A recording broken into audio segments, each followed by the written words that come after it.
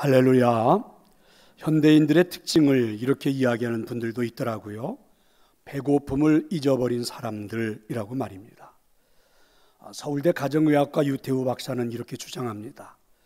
대부분의 사람들의 그 뱃속에는 6개월 동안 아무것도 먹지 않아도 살 수 있을 정도로 잉여의 에너지가 담겨 있다, 이렇게 말입니다. 예를 들면 이런 거죠. 우리가 결혼식장에 가보면 이제 뷔페 식당을 가게 되잖아요. 그럼 정말 많은 음식들이 화려하게 차려져 있습니다. 그런데 그 뷔페 식당에 차려있는 그 모든 음식이 지금 우리 뱃속에 담겨져 있다고 보면 된다는 거죠. 우리는 이렇게까지 된 것이 이유가 왜 그런가? 배고프지 않는데도 계속 먹었기 때문이라 이렇게 말합니다. 배고픔을 느낄 때 배고픔을 이길 정도만 먹었으면 좋겠는데 그렇게 되지 않았다는 것입니다. 그래서 실제로 대부분의 사람들은 배고픔을 잊고 살아갔죠. 배고픔을 느끼기도 전에 배고프지도 않는데 또 간식도 챙겨 먹고 그러죠. 거의 코스처럼 되어 있습니다. 식사를 하고 나면 우리가 이제 카페를 들르게 되고 그 카페에 가서 쓴 커피를 마시려면 달달한 케이크 생각나게 되고, 그래서 여러분 그건 거의 코스처럼 되어버렸죠. 전혀 배고프지도 않는데도 우리는 계속해서 먹는 그런 일들이 벌어졌습니다. 그래서 거의 배고픔을 느껴보지 못하고 살아간다는 거죠. 배고픔을 잊어버릴 지경이 되어버렸다. 그런데 여러분, 배고픔을 잊으면 어떤 일이 벌어집니까? 대가를 독특하게 치를 수밖에 없다는 겁니다.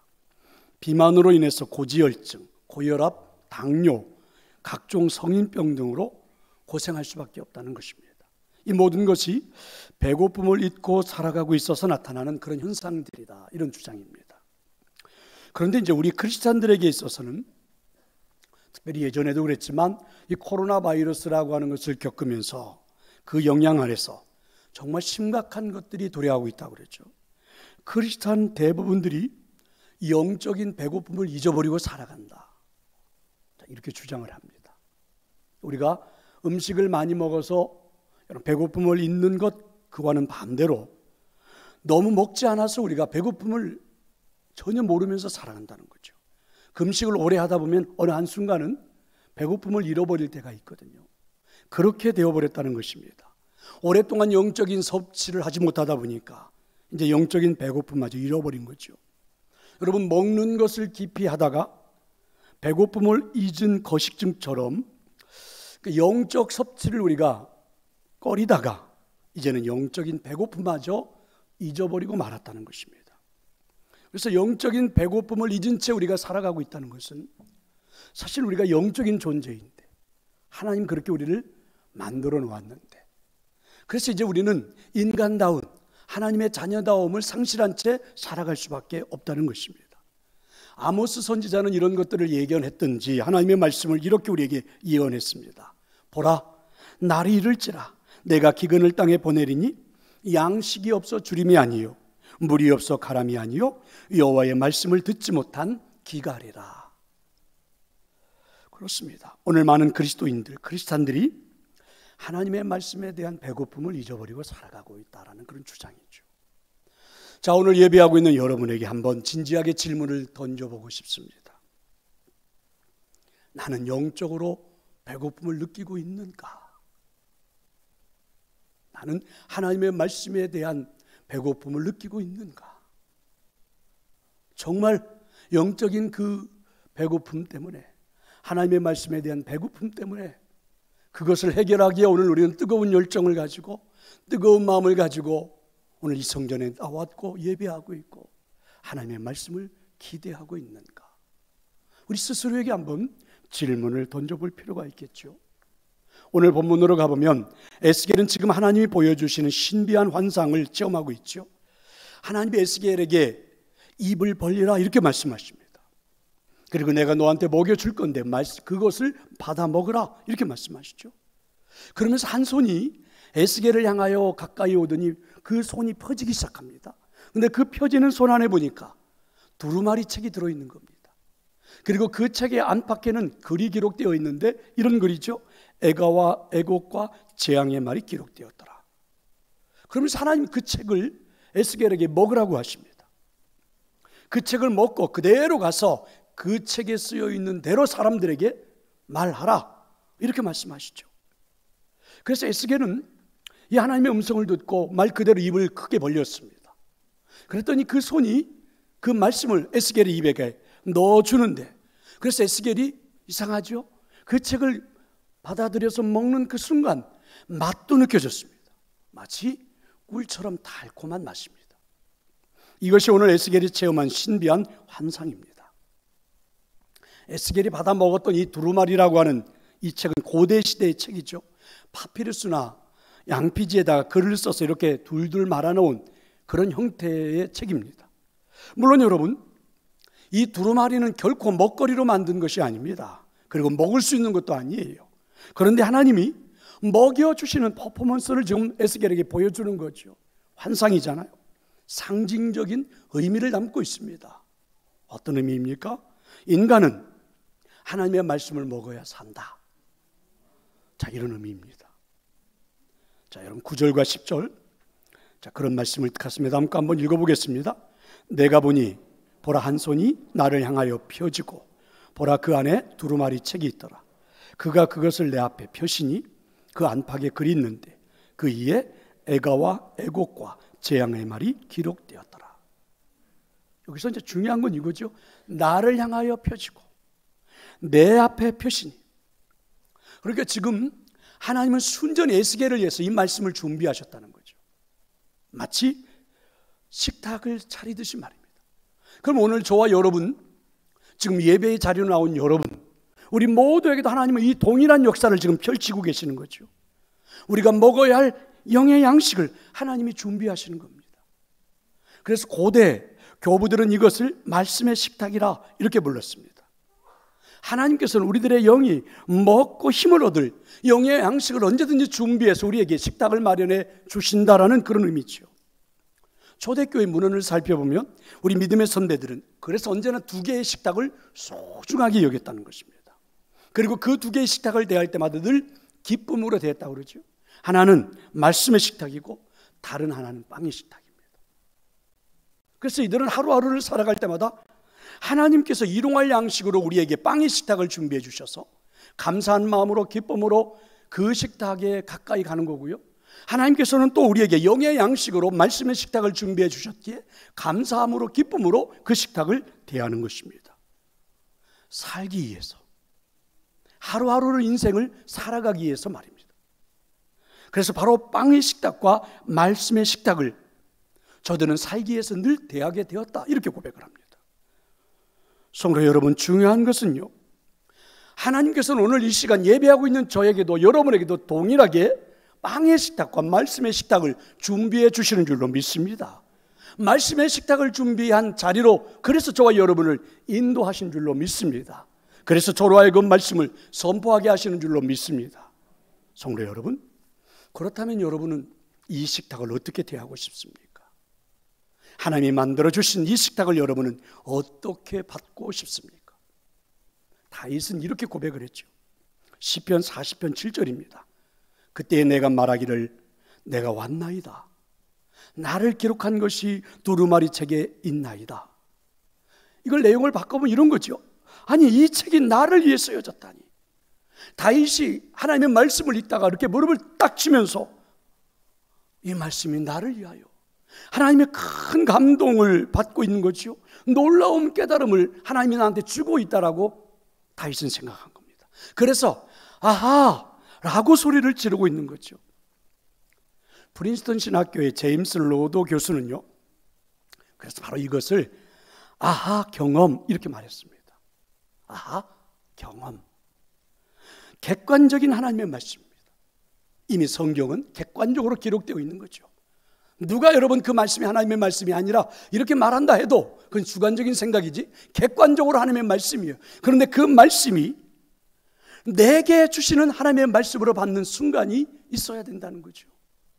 그런데 그때 다윗은 아하, 이게 바로 나에게 주시는 말씀이었구나. 객관적인 말씀이 주관적으로 나에게 다가오는 말씀으로 받았다는 것입니다.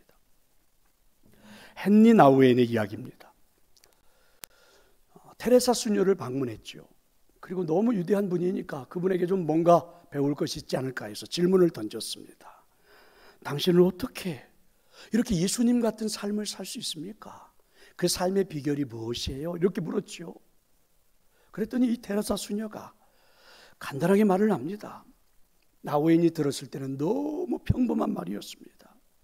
무슨 비결이 있겠습니까? 그냥 주님의 말씀을 따르려고 나는 노력을 했지요. 주님의 종들이 선포해 주는 말씀을 따르려고 노력하다 보니까 여기까지 왔습니다. 아주 단순한 이야기였죠. 그런데 헨리 나우엔은 그 이야기가 굉장히 가슴에 오래 남아있다고 그래요. 아, 그렇구나. 이 단순한 삶이 신앙생활이구나. 영적인 지도자들, 흔히 우리가 말하는 주의 종들, 아버지라고 믿고 매주일 강단에서 선포되는 말씀에 고민을 해보는 것, 삶에 적용해보려고 노력하는 것, 이 말씀을 오늘 들으면 이게 내 인생에 그대로 임할 것이라고, 복이라고 한번 믿고 따라가 보는 것, 오늘 들었던 말씀은 내 사업장에서 그대로 역사가 일어날 것이라고 믿고 한번 도전해 보는 것, 아이들이 잘 될 것이라고 믿고 아이들을 이 말씀으로 양육해 보는 것. 그렇습니다. 비판이 아니었죠. 판단도 아닙니다. 내 지식의 잣대를 가지고 저울질해 보는 것도 아니었습니다. 그냥 아버지가 내게 차려준 식탁이라고 믿고 말씀을 대한 거죠. 근데 그게 테레사 수녀의 인생을 만들었고, 아, 그게 우리들의 살아가는 신앙생활이었구나. 그렇습니다. 사랑하는 어머니가 자녀들을 위해서 그 자녀들만의 식탁을 정성껏 준비하듯이, 사랑하는 아내가 퇴근해 오는 남편을 위해서 사랑과 정성을 담아 남편만의 식탁을 정성껏 준비하듯이 하나님께서는 오늘도 저와 여러분을 위하여 이 말씀의 식탁을 준비하신 줄로 저는 믿습니다. 우리가 이 사실을 깨닫고 그 말씀의 식탁 앞으로 나아가는 것, 단순하지만, 아주 단순하지만 매우 의미 있는 그런 이야기죠.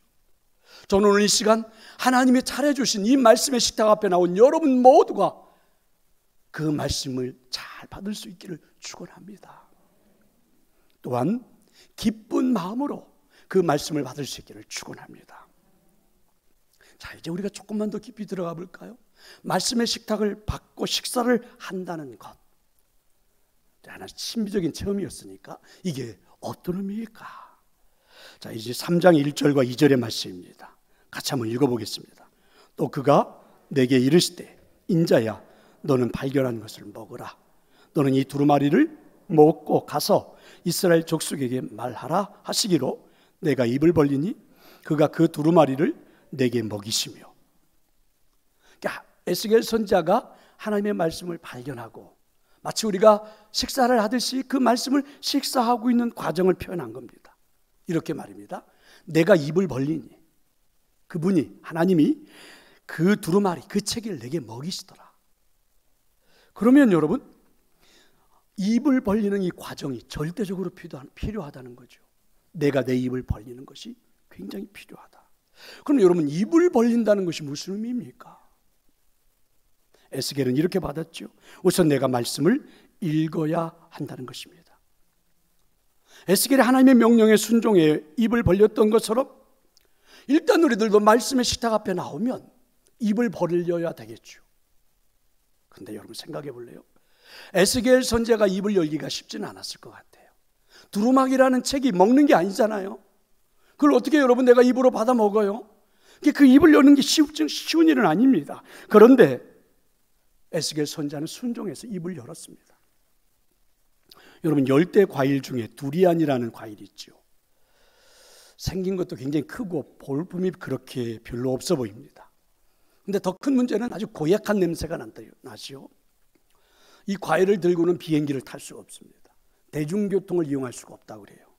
그리고 공공장소에서 먹을 수가 없다고 그랬죠. 우리가 동남아시아 지역 여행을 해보면 하도 맛있다고 그래서 그걸 하나 사가지고 들어가려고 하면 여러분 그 호텔 로비에서 제재를 하죠. 그리고 가이드들이 반드시 이야기합니다. 아무리 두리안이 먹고 싶어도 그걸 사가지고 호텔로 들어가면 안 됩니다. 이렇게 말하는 가이드들도 있죠. 왜냐하면 그 고약한 냄새가 남들에게 피해를 주기 때문에 그렇습니다. 처음 먹는 사람들에게는 이 과일이 먹기가 쉽지가 않다고 그래요.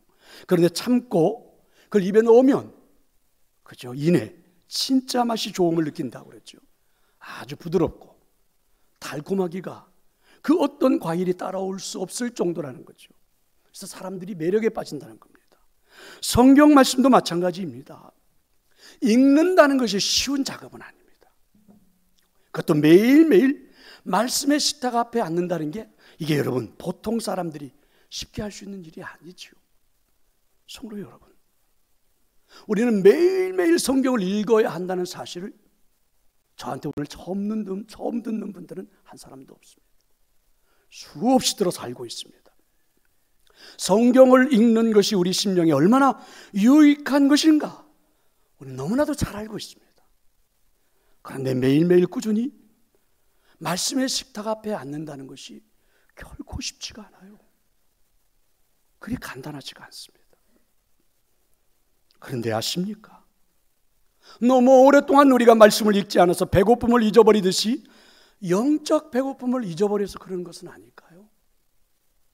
어쩌면 지금 우리는 그런 질병에 걸려 있는지도 모르겠죠.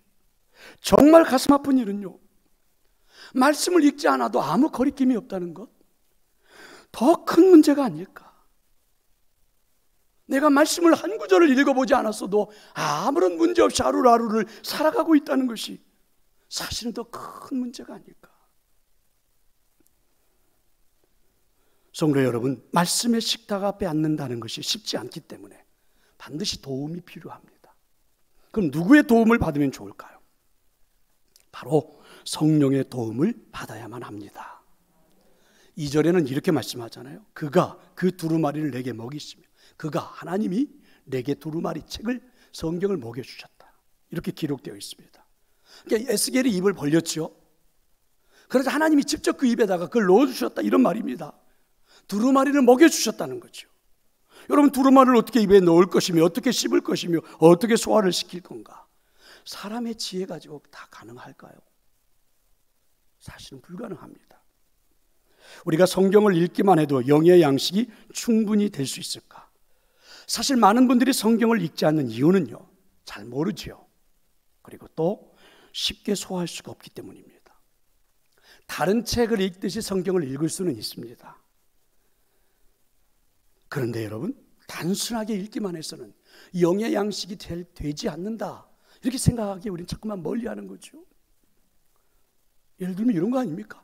아이들이요, 아주 맛있는 밥이 앞에 차려져 있습니다. 아이들이 먹어도 진짜 맛있어요. 그런데 아이들은 이 밥을 떠서 자기 입에다 넣는 것이 용이롭지가 않아요. 아직은 어려서. 그래서 여러분, 누가 필요합니까? 엄마가 필요하죠. 엄마가 옆에서 먹여줘야 됩니다. 그렇지 않으면 이 아이는요, 거의 밥 한 알갱이 하나도 입에 들어가기가 어려워요. 똑같은 일입니다. 성경은 하나님의 감동으로 됐죠. 하나님의 감동으로 기록된 겁니다. 물론 거기에는 사람의 이름도 있고 거기에는 지명도 있고 거기에는 문화도 있고 거기에는 수없이 많은 사람들의 인생의 이야기가 기록되어 있는데 하나님의 감동으로요. 그럼 우리에게 받아들일 때 하나님의 감동이 아니고서는 우리가 이해하기가 쉽지 않겠죠. 그래서 이사야서 50장 4절에 보면 이사야는 이렇게 고백합니다. 아침마다 깨우치사 학자들같이 알아듣게 하시도다. 주 여호와께서 나의 길을 여셨으므로. 이사야의 고백입니다. 하나님께서, 성령님께서 나를 깨우쳐 주셨다. 성령님께서 내 길을 열어주셔서 그 소리를 듣게 해주셨다. 성령님께서 열어주셔서 절대적인 도움이 필요하다는 말이죠. 시편 119편 18절은 이렇게 말합니다. 내 눈을 열어서 주의 율법에서 놀라운 것을 보게 하소서.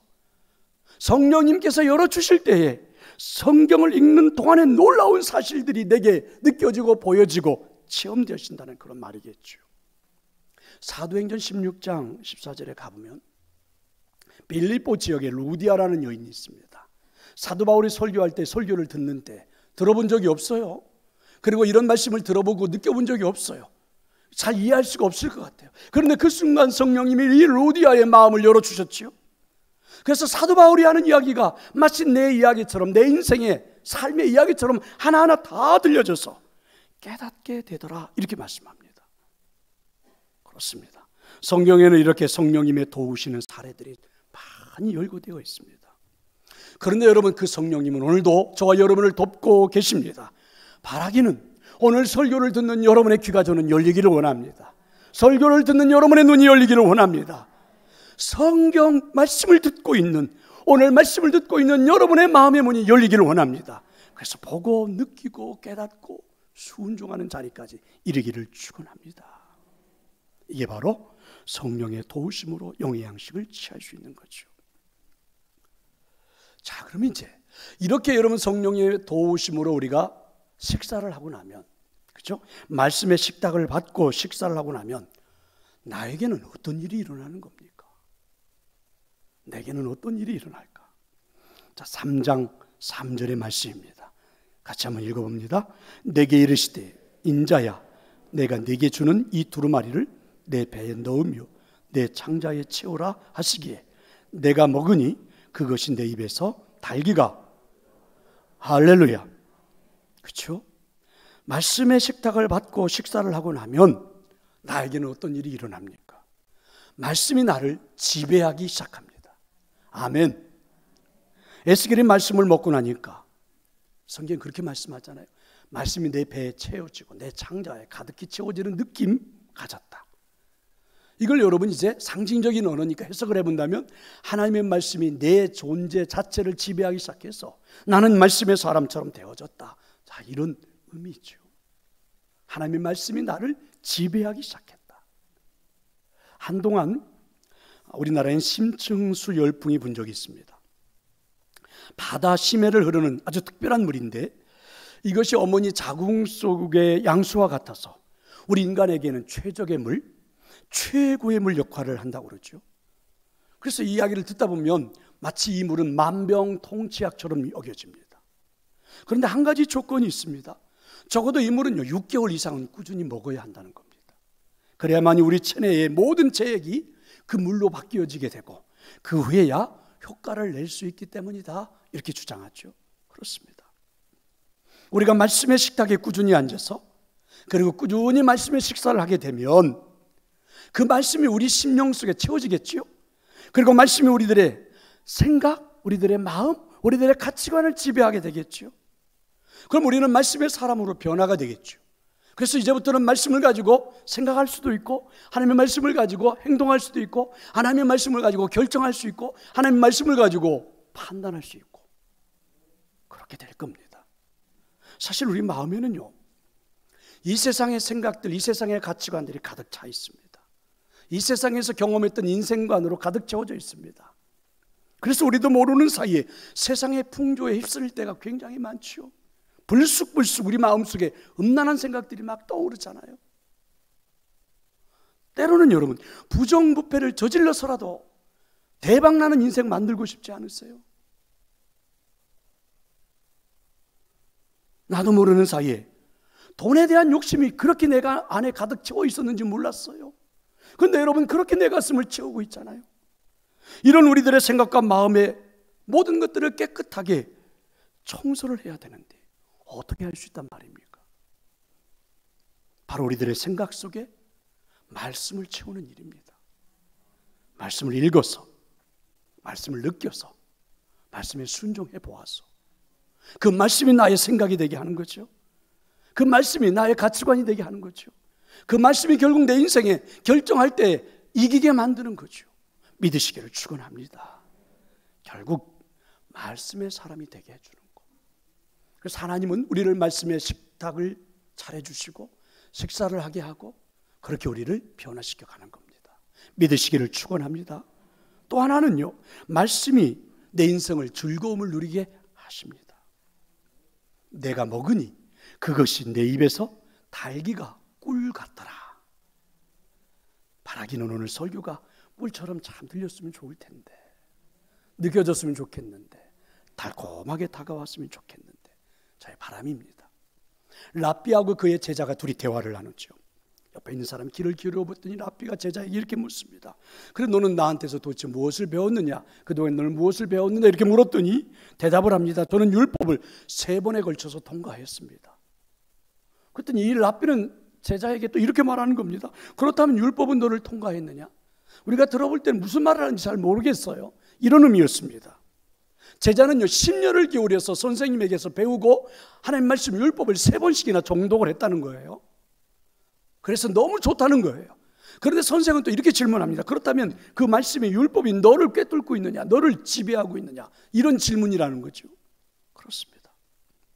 잘 들어볼래요? 우리가 성경을 읽다가 보면 내가 성경을 읽는 것이 아니고 성경이 나를 주장하게 할 수 있다는 겁니다. 내가 성경에 질문을 던지며 읽지요. 내가 성경을 알아보고자 관심을 가지고 읽지요. 그런데 어느 순간이 되면 성경을 깊이 읽다가 보면 그 성경 말씀이 오히려 나한테 질문을 던져요. 너 그렇게 살아서 되겠니? 지금 그 사업의 중요한 순간을 말씀을 가지고 결정하고 있는 거니?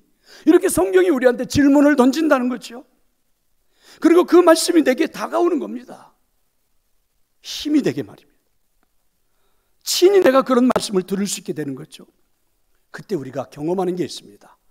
하나님의 용서하심 깊이 경험하죠. 그때 우리가 경험하는 게 내 안에서 치유도 일어납니다. 씻은 듯이 내 연약함이 여러분 씻은 듯이. 그리고 여러분 내게는요, 알 수 없는 용기도 생깁니다. 할 수 있다라는 자신감도 생겨요.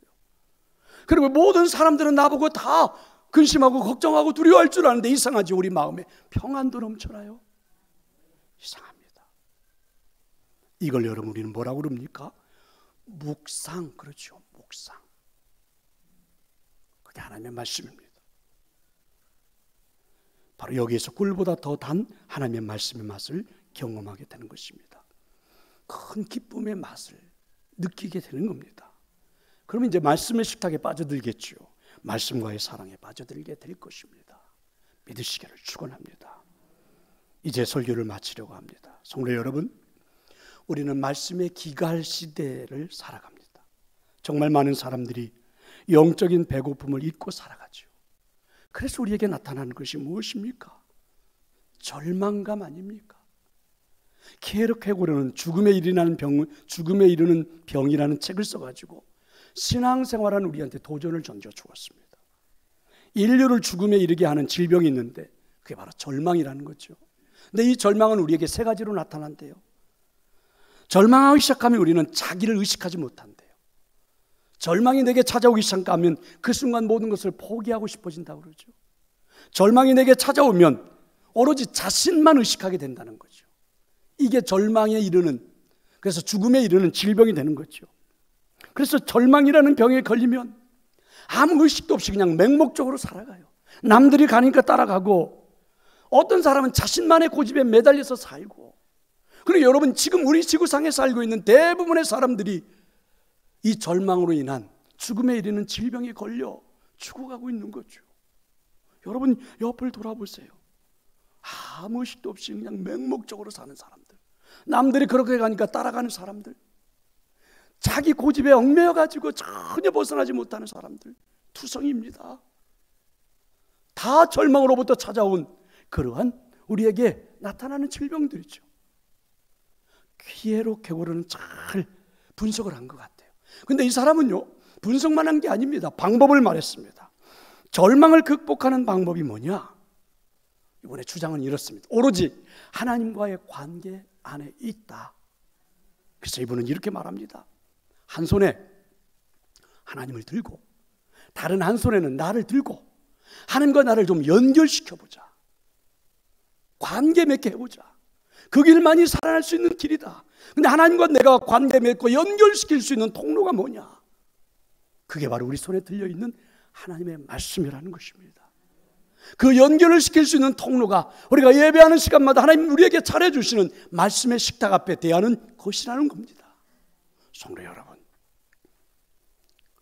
오늘 여러분 손안에 들려있는 말씀, 그리고 오늘도 여러분 우리는 이 설교를 듣고 있는 이 시간 하나님과 우리와의 관계가 연결되어지고 있음을 여러분 믿습니까? 그 길이 살아날 수 있는 길입니다. 절망감에 빠져 나도 모르는 사이 서서히 죽어가고 있는 우리들의 인생들, 아니면 어쩌면 죽어버렸는지도 모르지요. 여러분의 얼굴에 언제 웃어보았나요? 언제 여러분에게 천진난만한 아이들처럼 환한 미소가 떠오른 적이 있던가요? 언제 여러분의 마음속에 누군가를 바라보고 사랑해주고 축복해주고 그와 함께 할 수 있는 마음이 있던가요? 우리도 모르는 사이에 서서히 우리는 지금 절망감에 자기 자신만이 전부라고 생각한 채 오로지 자신만을 위해서 아니면 포기해버린 채 이렇게 인생 살고 있는 것 아닙니까? 이길 수 있는 방법이 무엇입니까? 여러분, 한 손에 하나님을 잡고 한 손에 내 자신을 잡고 다시 하나님의 말씀 식탁 앞으로 갑시다. 그리고 둘을 연결시켜 보십시다. 반드시 성공할 것입니다. 반드시 역사가 일어날 것입니다.